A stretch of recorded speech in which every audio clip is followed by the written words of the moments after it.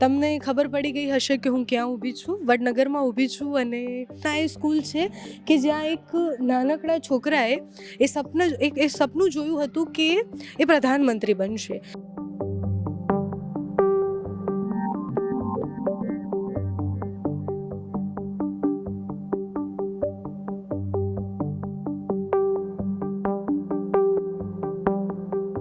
મંદિર તારું વિશ્વરૂપારું સુંદર સર્જન હારા રે હિલ ગગનમાં શોભા સારી થાક્યા સૂરજ હારા રે.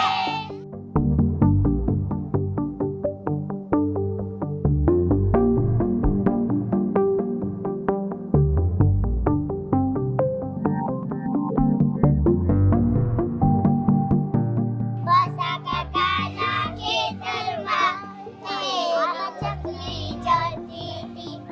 આ બાજુ જી, પેલી બાજુ જી, ચારે બાજુ જી. બસા કાકાના ખેતરમાં ઈયાઓ. વડનગર કુમાર શાળા નંબર 1. તમને ખબર પડી ગઈ હશે કે હું ક્યાં ઊભી છું. વડનગરમાં ઊભી છું અને આ શાળાની ખૂબ ચર્ચાઓ થઈ છે. સ્કૂલ ઓફ એક્સિલન્સ પણ હવે અહીંયા બનાવી દેવામાં આવ્યું છે, એટલે પ્રેરણા સ્કૂલ ઓફ એક્સિલન્સ બની ગયું છે. પણ આ એ સ્કૂલ છે કે જ્યાં એક નાનકડા છોકરાએ એ સપનું જોયું હતું કે એ પ્રધાનમંત્રી બનશે. ભણતર અને આપણે જે ભણ્યા છીએ એની વધારે ચર્ચા ત્યારે થાય છે કે એ આપણા જીવનમાં કેટલું ઉતર્યું છે. જ્યારે કોઈ સ્કૂલમાં ભણતો બાળક એવું વિચારે છે, એ પણ એ વડનગરમાં રહેતું એ બાળક એવું વિચારે છે કે એ વડાપ્રધાન બની શકે છે. એની આંખમાં એ સપનું છે, એ સપનાનું બીજ અહીંયા જ બોવાઈ ગયું છે, એ સપનાનું બીજ અહીંયા નખાઈ ગયું છે અને પછી જે વૃક્ષ ઉગે છે, જે વટવૃક્ષ બને છે, એ આપણે અત્યારે જોઈ રહ્યા છીએ.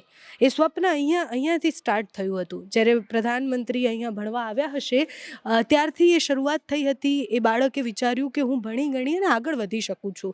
વડનગર જેવા ગામમાં કે પછી કોઈ પણ એવા નાના ગામમાં રહેતા બાળકને જ્યારે એવું સ્વપ્ન આવે કે એ પ્રધાનમંત્રી બની શકે છે, એ નેતા બની શકે છે, એ બિઝનેસમેન બની શકે છે કે પછી એ બીજું દેશનું કંઈક સરસ કામ કરી શકે જેના કારણે એનું નામ બને, એ ક્રાંતિની શરૂઆત હોય છે. એ ક્રાંતિની શરૂઆત અહીંયાથી થઈ હતી. ખૂબ જ સુંદર સ્કૂલ બનાવી દેવામાં આવી છે વડનગર કુમાર શાળા. હવે સ્કૂલ ઓફ એક્સિલન્સ થઈ ગઈ છે અને જે આપણે પ્રોજેક્ટની વાત કરીએ છીએ school of excellence, A project અહીંયા ફળતો દેખાય છે. મોટાભાગની સ્કૂલમાં ખાલી તકતીઓ પર લખેલું હોય છે સ્કૂલ ઓફ એક્સિલન્સ, પણ અંદરથી એવી રીતના નથી બનાવી હોતી. પણ જે સપનું હતું વડાપ્રધાન નરેન્દ્ર મોદીનું સ્કૂલ ઓફ એક્સિલન્સ બનાવવાનું અને બાળકોને બધી જ સુવિધા મળવી જોઈએ, એનું ઉદાહરણ પ્રેરણા સ્કૂલમાં દેખાય છે. વડનગરમાં ફર્યા, વડનગરના લોકો સાથે વાત કરી, પ્રધાનમંત્રીના મિત્ર સાથે વાત કરી. પણ એ બતાવવું એટલે જરૂરી છે કે તમે એમની ટીકા કરો કે પછી તમને એ વધારે ગમતા હોય, એ બધાની વચ્ચે એક વસ્તુ આપણે સમજવી પડશે કે વડનગરમાં બેઠેલો એક છોકરો જે સ્કૂલમાં ભણવા જાય છે, જેનું પરિવાર એકદમ મધ્યમ વર્ગમાંથી આવે છે, જેના પરિવારમાં કોઈ જ નેતા નથી અને છતાં પણ એવું સપનું જોવે છે કે પ્રધાનમંત્રી બનશે, તો એ ક્રાંતિની શરૂઆત છે.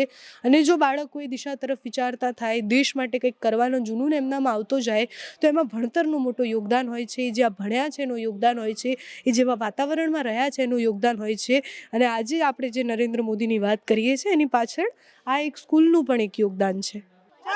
મંદિર તારું વિશ્વરૂપારું સુંદર સર્જન હારા રે બળ સારા દર્શન તારા દેખે રે મન હારા રે નહીં પૂજારી નહીં કોઈ દેવા નહીં મંદિર ને હારા રે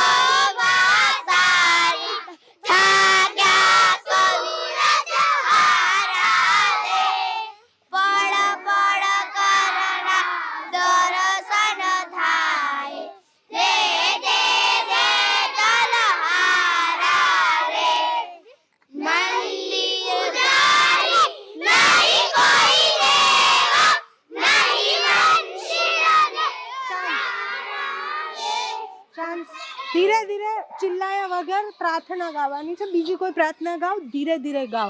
હે હો હે અવાજ નહીં કરવાનો. પછી આપણે સરસ ફોટો પાડીએ. ઓકે, ચલો ધીરે ધીરે. હા, ચલો.